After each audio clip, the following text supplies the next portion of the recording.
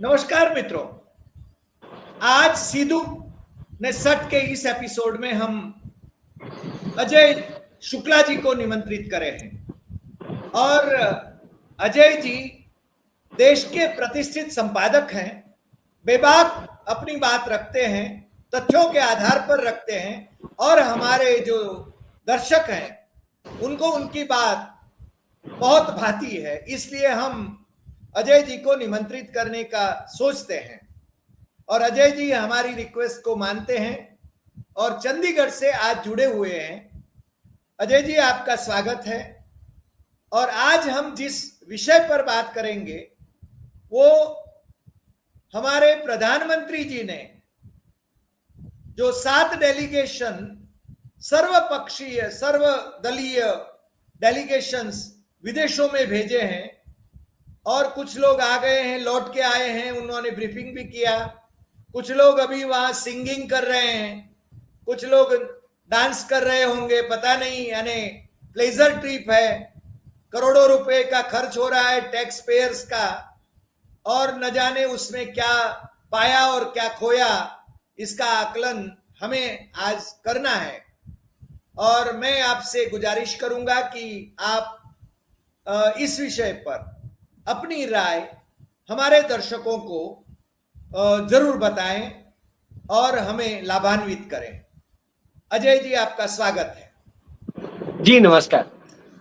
हरि जी, बहुत बहुत धन्यवाद अपने साथियों के साथ हमें मिलाने के लिए और बात रखने के लिए।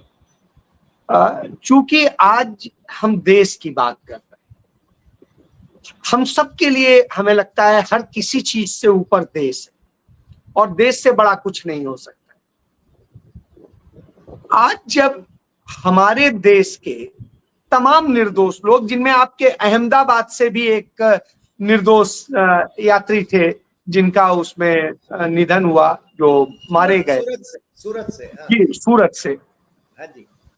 अब आप एक चीज बताइए, घर में लाशें पड़ी हो और हम गीत गुनगुना रहे हो, डांस कर रहे हो, चीयर्स कर रहे हो, साहब हम किस चीज के लिए गए? हम तमाम जो है वहां की घूमने वाली पर्यटन वाली जगहों पे जाके फोटोग्राफी करा रहे हो, रील बना रहे हो, तो सर फिर तो ये सवाल उठेगा कि आपको दर्द है देश के 50 लोगों के मरने का, या आप सिर्फ एंजॉय करने आए हैं? प्रिविलेज आपकी ट्रिप है ये।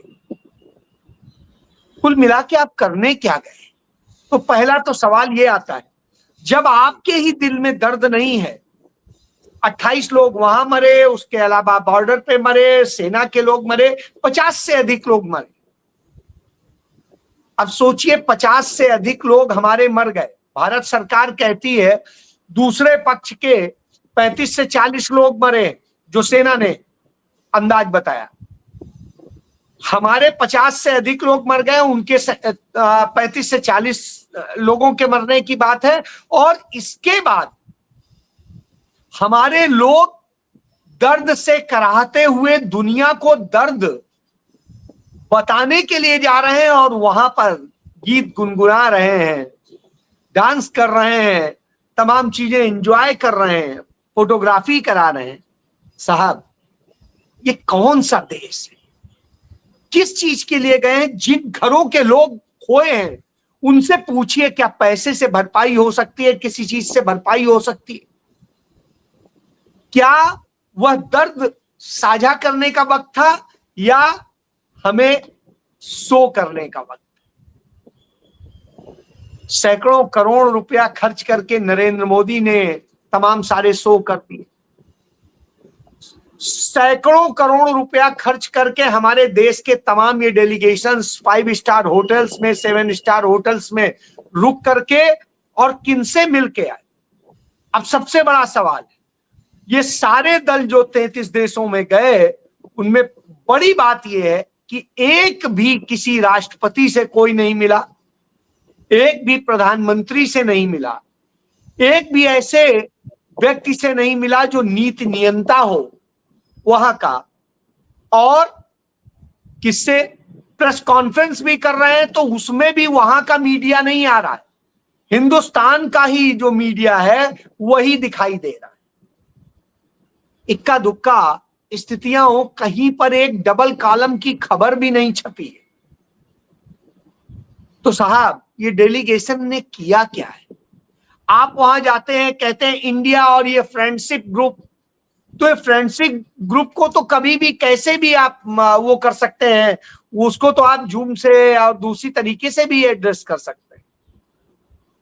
तो यह असल में आपको जाना था यह बताने के लिए भारत आतंकवाद पीड़ित देश है।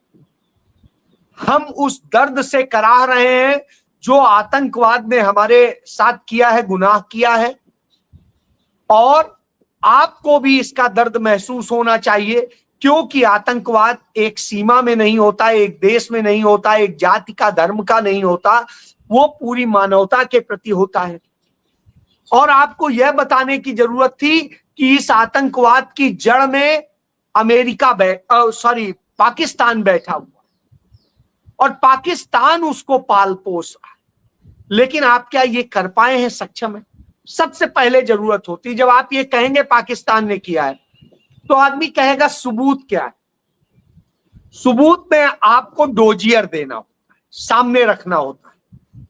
आप कोर्ट भी जाएंगे तो कोर्ट में आपको सबूत देना पड़ेगा, अपने देश की कोर्ट।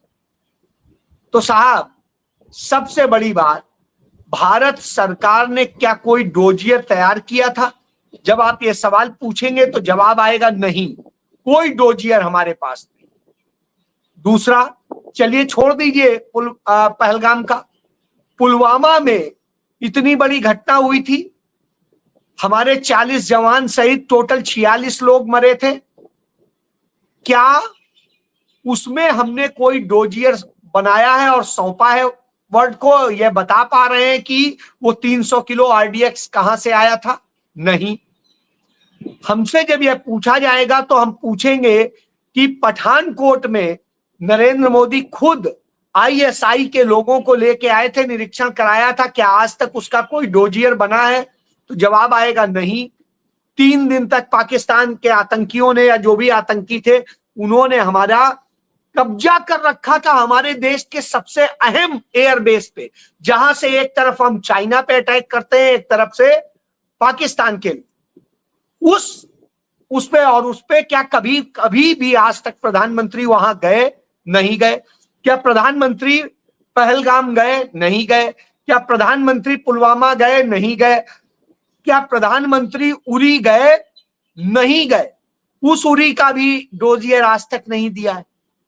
और छोड़िए, जो गुरदासपुर में हुआ था उसका भी डोजियर नहीं दिया।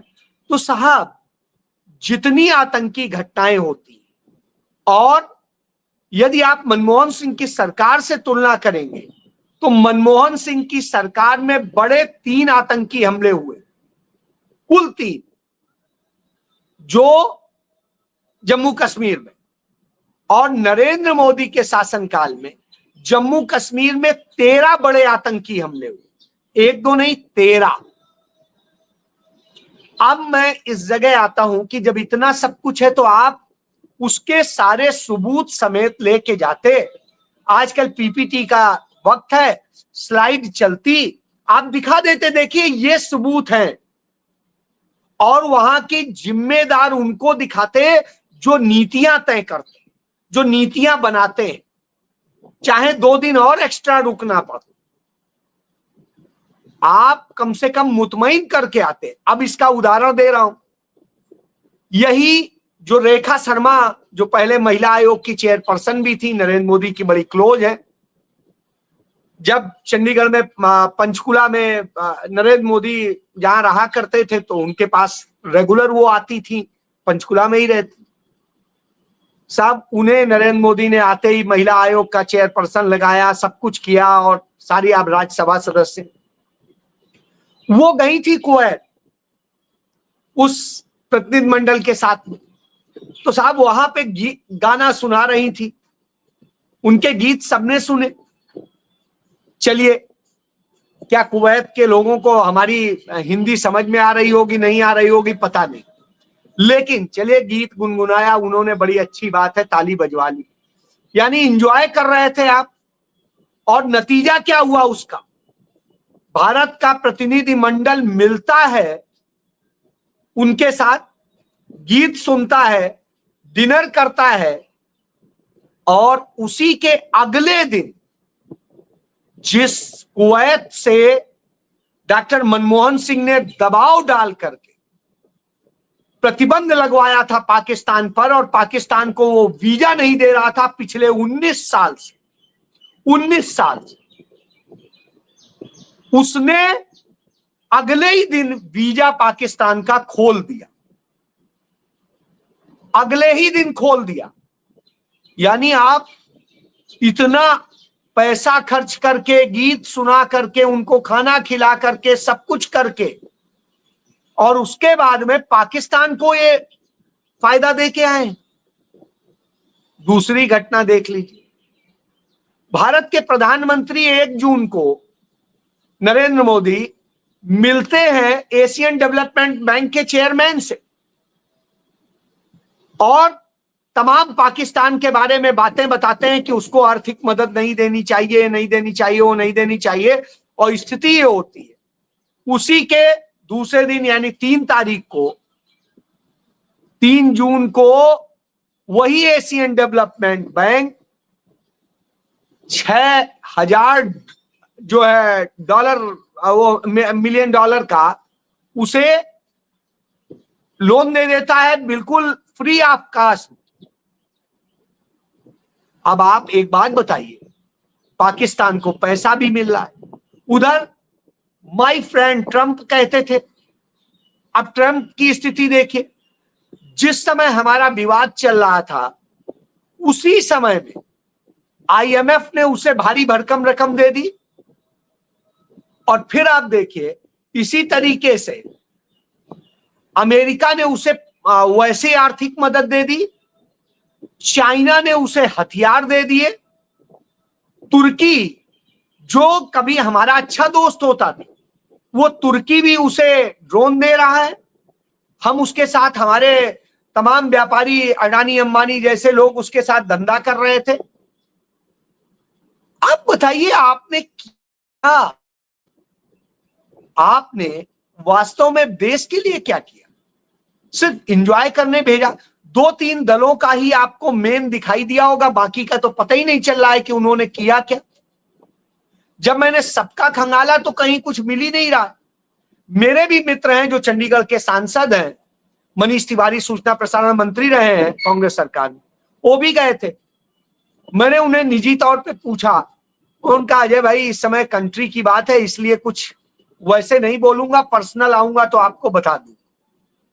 लेकिन उन्होंने इशारे में ये दे दिया कि कुछ नहीं था, सिर्फ जो है एक आई वॉश है कि हाँ साहब हमने भेज दिया। और ये प्रधानमंत्री जो खुद 125 से अधिक देशों की यात्रा इस 11 साल में कर चुके हैं, हजारों करोड़ रुपया इस पर खर्च कर चुके हैं, इसके बाद प्रधानमंत्री का क्या यह भी हो रहा नहीं है कि एक फोन उठाते, इन्हीं 30 देशों के 33 देशों के राष्ट्रपतियों प्रधानमंत्रियों को फोन करते, कहते मैं आपके पास डोजियर अपने दूतावास के थ्रू भेज रहा हूं, देख लीजिएगा।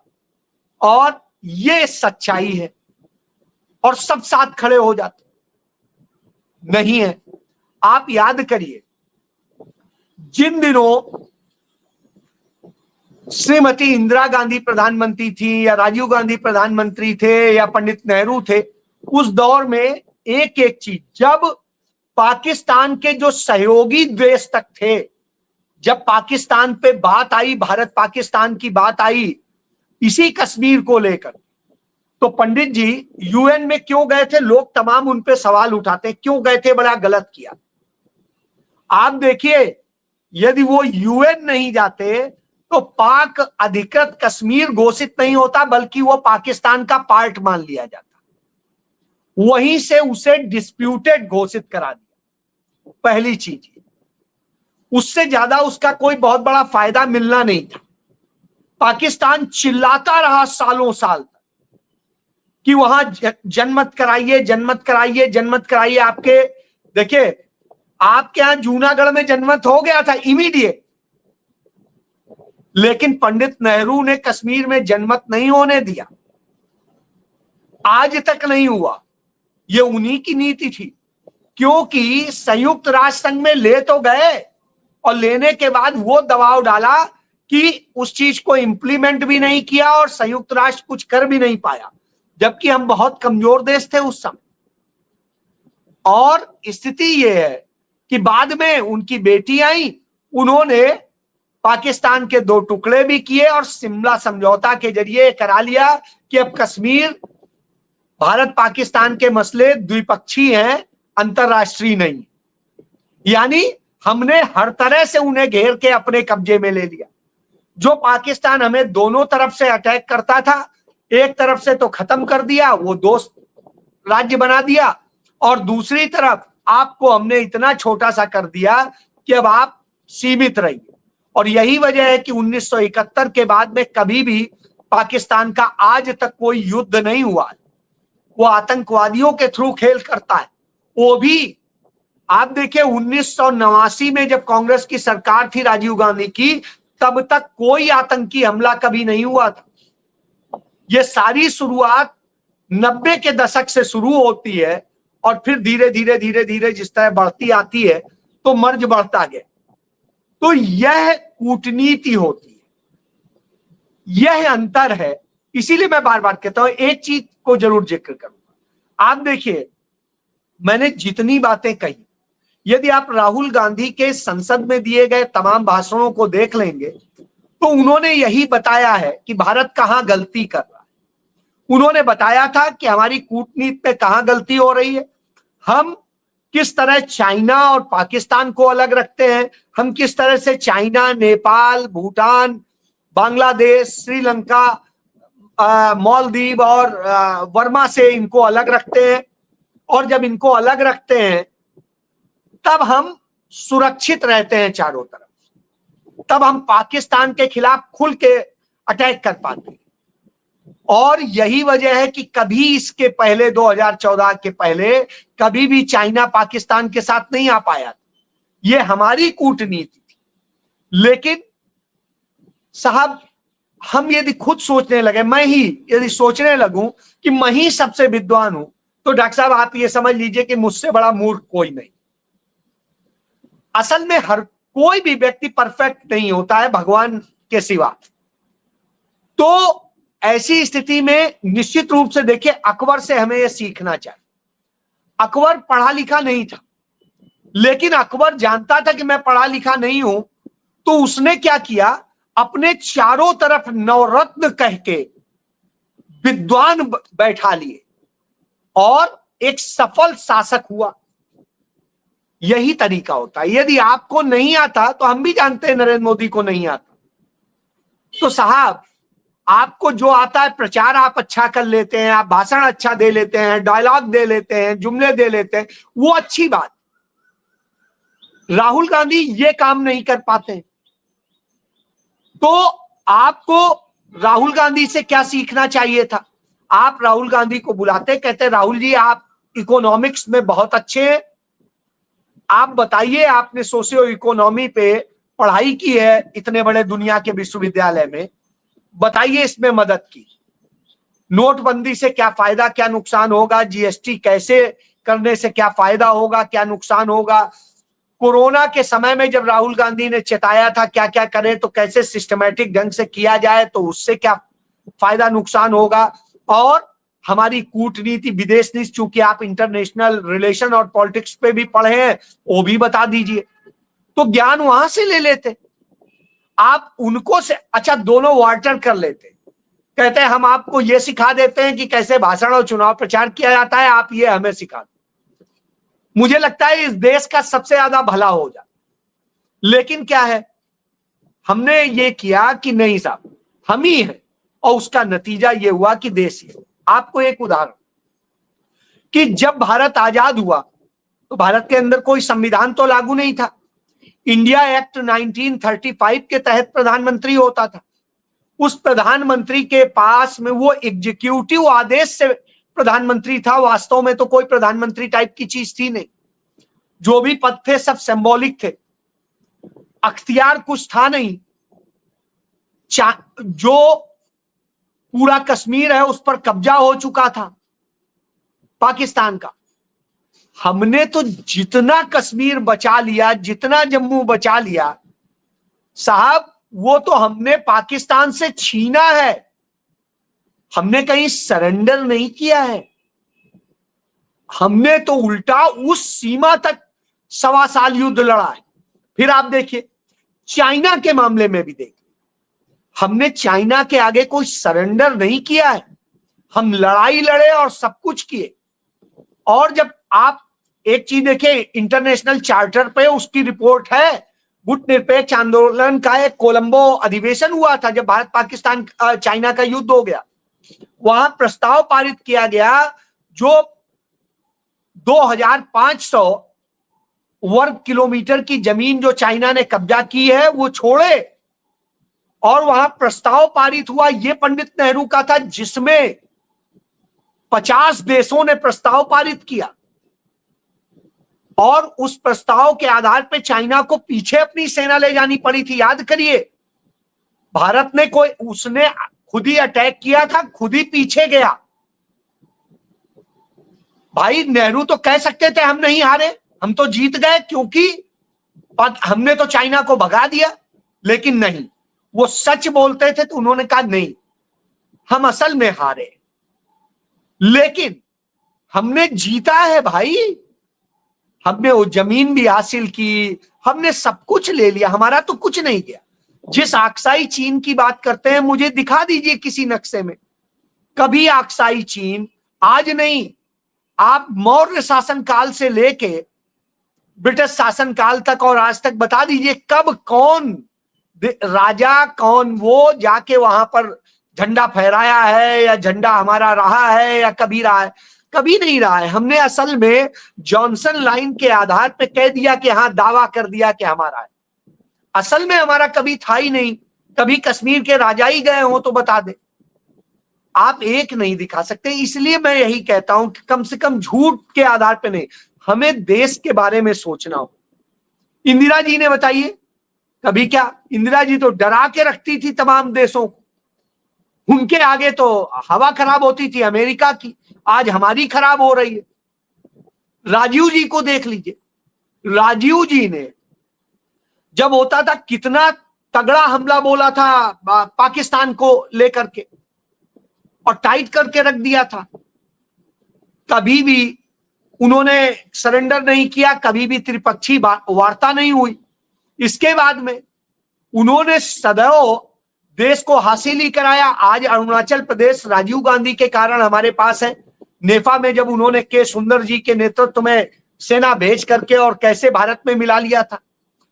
आप एक चीज मैं आंकड़ा एक बताना चाहूंगा, आप यह देखिए, जिस समय हमारा देश आजाद हुआ था, हमारी टोटल जो लैंड थी, मैं ये एक बताना चाहूं, हाँ, जिस समय देश आजाद हुआ 1947 में, मैं दिसंबर की बात कह रहा हूं, जब कश्मीर भी हमारा हिस्सा बन चुका। जब आजाद हुआ तो भारत में ब्रिटिश शासन से जो हमें टोटल राज्य मिला, उसमें हमारी 22 लाख स्क्वायर किलोमीटर की जमीन होती थी, 22 लाख स्क्वायर किलोमीटर। और जब पंडित नेहरू ने 1948 में, जब चाइना की बात आप करते हैं, तो 1964 में हमारे देश की जो सीमा थी वो 32 लाख स्क्वायर किलोमीटर हो चुकी। ये आधिकारिक आंकड़ा है, आप भारत सरकार के आंकड़े में देख सकते हैं। जहां कहां 22 लाख स्क्वायर किलोमीटर थी, और नेहरू जब मरे हैं उस समय 32 लाख स्क्वायर किलोमीटर थी। तो साहब, किसने इस देश के साथ में सरेंडर किया है, किसने क्या किया? और 75 ने इंदिरा गांधी ने सिक्किम मिला दिया जी। तो वही तो मैं कह रहा हूं, मैं तो सिर्फ पंडित जी तक का ही गिना दे रहा हूं। इंदिरा जी का चलिए छोड़ दीजिए, राजीव जी का छोड़ दीजिए। राजीव जी ने भी नेफा को अरुणाचल बना के वो कर लिया। तो मैं यही कह रहा हूं कि साहब, हमने हासिल ही किया है। चाहे गोवा हो, चाहे और दूसरी जगह हो, छोटी छोटी करके हम किस तरह कश्मीर के आगे से आगे घुसते चले गए और हमने उसको अपना बना लिया। तो इन आंकड़ों को, भारत सरकार के आंकड़ों को देख लीजिए साहब और मिला लीजिए, खुद हर चीज का जवाब में। तो उन पर कोई बात ही नहीं करता है ना। असल में जो पुलंदे छोड़ते हैं अजय जी, ये तो झूठ के पुलंदे छोड़ते हैं, व्हाट्सएप यूनिवर्सिटी चलाते हैं और जी लोगों को भ्रमित करते हैं। मैं यही कह रहा हूं, आप देखिए आज चर्चा किसकी होनी चाहिए थी। आज हमारा आपका दोनों का दुर्भाग्य है कि हम चर्चा इन बातों पे कर रहे हैं जिनका आज की डेट में सच बताएं कोई जरूरत नहीं थी। हमें बात करनी चाहिए थी कि कैसे हमारे व्यापारी वर्ग हो, दूसरे और लोग हो जो जीएसटी से परेशान हैं, जो बेरोजगारी से परेशान हैं, जो देश में सामाजिक आर्थिक असमानता है उससे परेशान हैं, जो तमाम तरह के शिकार हैं, उन पर हम बात करें, उनको कैसे सही राह पे लाएं, उनको ज्यादा से ज्यादा समृद्ध बनाएं। हमें बात होनी चाहिए थी कि हर व्यक्ति के पास में अपनी पक्का घर हो, छत हो, खाने को रोटी हो, हाथ को काम हो, हम अच्छे से प्यार मोहब्बत से रह सकें। हम यदि मंदिर जाते हैं तो हम मंदिर जाएं, कोई चर्च जाता है चर्च जाए, कोई मस्जिद जाता है वहां जाए, कोई गुरुद्वारे जाए, कोई बौद्ध मठ जाए, कोई कहीं जाए। तो हर कोई अपने अपने ढंग से खुशहाली से हो और उसके बाद अपने हिसाब से काम करे और आ करके देश की प्रगति में, अपनी प्रगति में, अपने बच्चों की प्रगति में इसके लिए सोचे, इसके लिए करें। दुनिया में जब हम जाएं तो हमारा एक सम्मान हो कि हाँ ये उस देश से आए हैं तो अच्छे लोग ही होंगे, ये नफरत वाले लोग नहीं होंगे, ये लड़ने वाले नहीं होंगे, झूठ बोलने वाले नहीं होंगे। अब देखिए आप, एक घटना बहुत बड़ी नजीर है और इसको लेके जो अमेरिका के डिप्लोमेट थे मिस्टर हक्कानी, उन्होंने अपनी बुक में लिखा है कि जब देश आजाद हुआ, आजाद होने के बाद अमेरिका ने बुलाया पंडित नेहरू को और लियाकत को, तो पंडित नेहरू गए तो उन्होंने क्या मांगा कि हमें आपके यहां जो MIT है वैसे इंस्टीट्यूट्स भारत के अंदर खोलने हैं, उसमें मदद की। और लियाकत ने क्या मांगा, हमें गोला दीजिए, बारूद दीजिए, तोप दीजिए, ये दीजिए, वो दीजिए। अब आप देखिए आज हरि भाई जब हम आप बात कर रहे हैं तो दुनिया की टॉप कंपनीज में और खुद ट्रंप के सेक्रेटरीट में हर जगह देखिएगा तो हिंदुस्तानी बैठे हैं, क्योंकि हमने MIT की तर्ज पे IIT बनाया, IIM बनाया, दूसरे और तमाम इंस्टीट्यूट्स बनाए, NIT बनाए, ये बनाए जिनसे हमारे योग्य लोग निकले। तो गूगल का CEO भी हमारा है। दुनिया में सबसे ज्यादा सैलरी पाने वाले जो सरदार जी हैं जगदीश सिंह, वो भी जगदीप सिंह जी पंजाब से जाकर के दुनिया में सबसे ज्यादा पर डे 50 करोड़ रुपए की सैलरी लेते हैं। अब आप सोचिए हमारे लोग जाएं, इतना पैसा कमाएं, मस्ती से रहें, खुशहाली से रहें, हमें इसके लिए काम करने की जरूरत थी। लेकिन दुर्भाग्य है हम इस पर आज चर्चा करें। जी मुझे इसी के सिलसिले में ये थोड़ा आगे बढ़े तो यानी हमने डेलीगेशंस भेजे, पाकिस्तान ने भी 2 डेलीगेशन भेजे, एक बिलावल भुट्टो के नेतृत्व में वाशिंगटन भेजा, दूसरा प्राइम मिनिस्टर के एडवाइजर के नेतृत्व में मॉस्को भेजा, और उनके प्राइम मिनिस्टर शहबाज शरीफ वो तो कई देशों में होके आए। अब इसको कैसे देखते हैं आप? क्योंकि हमारी शरद पवार की बेटी, उन्होंने कहा कि ये तो कॉपी कर रहे हैं, हमें खुश होना चाहिए। बिल्कुल, आपको एक चीज बताएं, कॉपी करके वो सफल हो गए और आप फेल हो गए। उदाहरण देखिए, जो रसिया सदैव से हमारा दोस्त रहा, हर बुरे वक्त में हमारे काम आया, जब अमेरिका ने अपना 7th फ्लीट यानी 7वां बेड़ा भेज दिया और बंगाल की खाड़ी में आके खड़ा हो गया, भारत के लिए इतना गंभीर खतरा था, उस वक्त में तुरंत रसिया ने हमारी मदद की और इंदिरा गांधी ने वह काम कर दिखाया कि पाकिस्तान के 2 टुकड़े कर दिए और कोई परवाह नहीं की। आज आप देखिए उस रसिया में जब शहबाज शरीफ जाते हैं तो वो रसिया क्या कहता है, पाकिस्तान तो हमारा बहुत पार्टनर स्टेट है।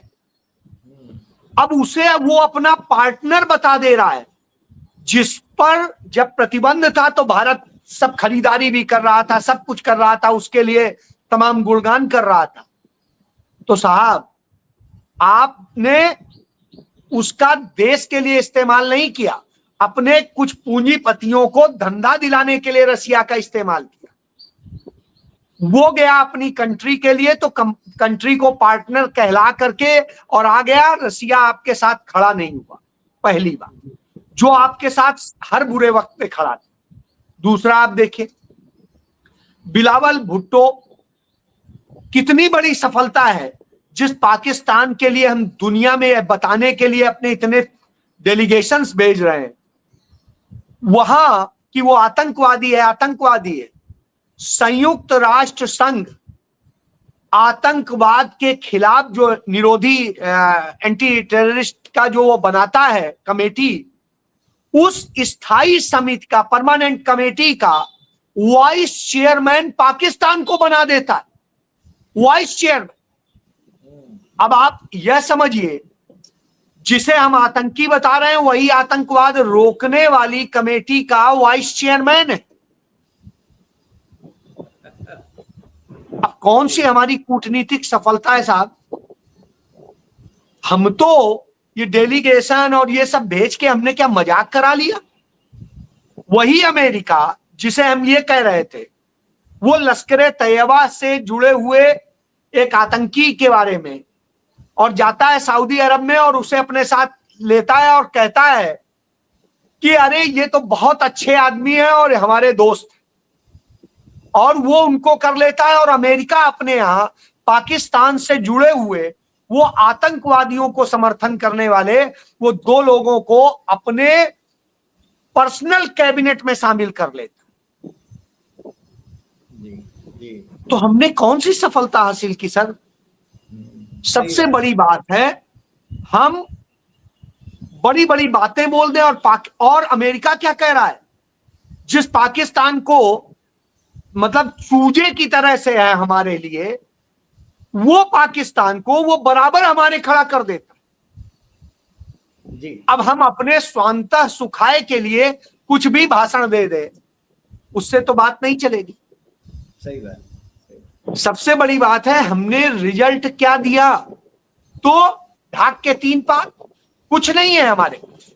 हम खाली हाथ देश का पैसा लेके गए थे, बर्बाद करके खाली हाथ लौट आए और ढपली बजा के आ गए हैं, नाच गाना करके आ गए हैं। सब हमारे पास कुछ नहीं, हमारी कोई सफलता नहीं है। सिर्फ भारत का मीडिया, जिसे कुछ लोग गोदी मीडिया भी कहते हैं, कुछ और भी तरह से चरण चुंबक मीडिया भी कहते हैं, लेकिन वही मीडिया बोल रहा है, बाकी दुनिया का कहीं कोई मीडिया नहीं बोल रहा। तो इससे आप समझ लीजिए कि क्या दशा कर दी। जी, वॉशिंगटन पोस्ट ने गोदी मीडिया में कैसी कैसी खबरें छपी ऑपरेशन सिंदूर के दौरान, उसकी बहुत लंबी चौड़ी रपट दी है, वो शायद आपने पढ़ा भी होगा। और दूसरी बात, मैं अंत में एक सवाल और करना चाहता हूं। बिलावल भुट्टो, यानी वैसे तो प्राइम मिनिस्टर का बेटा जो विदेश मंत्री भी रहा, उसके नाना भी तो वहां पर प्राइम मिनिस्टर थे, प्रेसिडेंट थे। तो बिलावल भुट्टो कहता है कि आईएसआई और रॉ दोनों साथ में मिलकर आतंकवाद से लड़ें और आतंकवाद को खत्म करें। अब इसको कैसे देखते हैं आप? क्योंकि आईएसआई तो आतंकवाद का समर्थन कर रहा है। मैं यही कह रहा हूं, हम तो यही बात सदैव कहते रहे, आईएसआई ही आतंकवादियों को पालती है, आईएसआई ही सब कुछ करती है। ये बात हम सालों से कहते आ रहे हैं। अच्छा, अब आपको एक चीज बताएं, आईएसआई बनी कैसे? आपको उसका थोड़ा सा जाना पड़ेगा जी। एक शब्द है डीप स्टेट। जो बहुत नॉलेज रखते हैं वो जानते हैं डीप स्टेट कैसे चलता है, क्या चलता है। उस डीप स्टेट ने सीआईए पैदा की थी, और यही वजह है कि सीआईए के बारे में अमेरिका के राष्ट्रपति केनेडी ने कहा था इसे खत्म कर देना चाहिए। ये असल में इस तरह के गुनाह करती है, और उसी ने ही आईएसआई बनवाया था।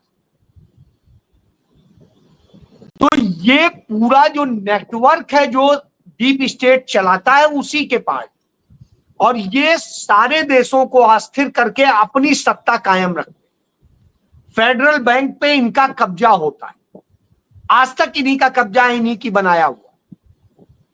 आपको इसमें एक इतिहास जाना पड़ेगा। 1828 में अमेरिका के राष्ट्रपति हुए थे, उन्होंने यह देखा और उन्होंने फेडरल बैंक को, रिजर्व बैंक को बंद कर दिया, प्रतिबंध लगा दिया। 80 साल बाद जब फिर से डीप स्टेट का एक व्यक्ति राष्ट्रपति बना, तब फिर से उसे खोला गया और फिर से ताकतवर बनाया गया, और तब से ये चल रहा। दुनिया के फाइनेंशियल उस पर कब्जा करके रख, तो वो इस तरह की ताकतें पैदा करता रहता है जिससे अस्थिरता बनी रहे और उसका राज चलता रहे, वो सबको आर्थिक और दूसरी तरह से गुलाम बनाता रहे। तमाम देशों से हथियार बिकवाए, जो हथियार बनाते हैं, और युद्ध में लड़ाए रहे। कभी अमेरिका अपनी धरती पे युद्ध क्यों नहीं लड़ता आज तक, बताइए आप मुझे। दूसरों को के यहां लड़ाई करवाता, असलहे भी देता है, पैसा भी देता है, सब देता है, लड़ो लड़ो लड़ो। क्यों? आप लड़ोगे, बर्बाद होगे, तो अंत में हमारी शरण में आओ। इसीलिए नेहरू कहते थे कि कोशिश करनी चाहिए कि लड़ाई हो ही ना हो भी तो कैसे हम बैठ के उसे खत्म करें। आगे बढ़ने के बारे में सोचना चाहिए, विकास के बारे में।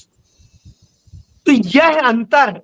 यहां क्या है, रोज वो चिल्लाएंगे पाकिस्तान का नामो निशान मिटा देंगे, हम पीओके को हम भारत बना लेंगे। अरे भाई बनाइए, किसने रोका है?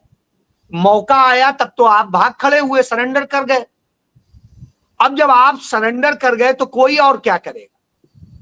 साहब, हमारी सेना ने तो सरेंडर नहीं किया था, हमारे जनता ने सरेंडर नहीं किया था, हमारी विपक्ष ने सरेंडर नहीं किया था। सरेंडर तो आपने किया साहब। एक जो है उनका ट्वीट आता है ट्रंप का, और उसके बाद में तुरंत हमारे विदेश सचिव घोषणा कर देते हैं कि हाँ सीज फायर। क्या कभी भी ऐसा हुआ था? नहीं हुआ था।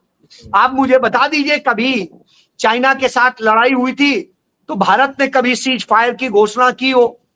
आप मुझे बता दीजिए सीज फायर की घोषणा कब हुई? तो सबसे बड़ी बात यह, उल्टा हमने झुका के कराया, सरेंडर करा के कराया। और जिस चाइना से हमारे भी, उसे हमने सही अर्थों में कहे भागने के लिए पीछे मजबूर किया। वो घुसे, हमला किया और फिर खुद भाग गए। तो वह चीजें हैं, वो कूटनीति से जीता था, क्योंकि हमारे पास सामरिक ताकत उस समय नहीं थी। सच्चाई है, तो यह बात समझनी होगी।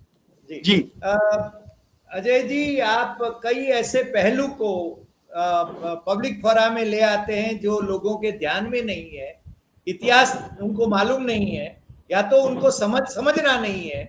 जो बाकी के लोग हैं जो सत्ता में बैठे हैं, उनको तो अपना एक विकृत इतिहास बनाना है। मगर आप जिस प्रकार से ये तथ्यों को उजागर करते हैं, मेरे ख्याल से हमारे दर्शकों को वो बहुत अच्छा लगता है। उनकी भी समझ में आए कि सच्चाई क्या है और तथ्य क्या है, उसी आधार पर वो आगे भी औरों को भी ये जानकारी पहुंचाएं और जागरूक रखें। आज के एपिसोड में इतना ही, फिर मिलते हैं नए एपिसोड में। आपका बहुत बहुत शुक्रिया। दर्शकों को भी नमस्कार, और फिर मिलते हैं। आपको ये पसंद आया होगा एपिसोड, और आप लाइक करें, कमेंट करें, और अजय जी को फिर से हम अपने साथ जोड़ेंगे, क्योंकि वो तथ्यों को लेकर आते हैं और तथ्य बिना झिझक बताते हैं। नमस्कार।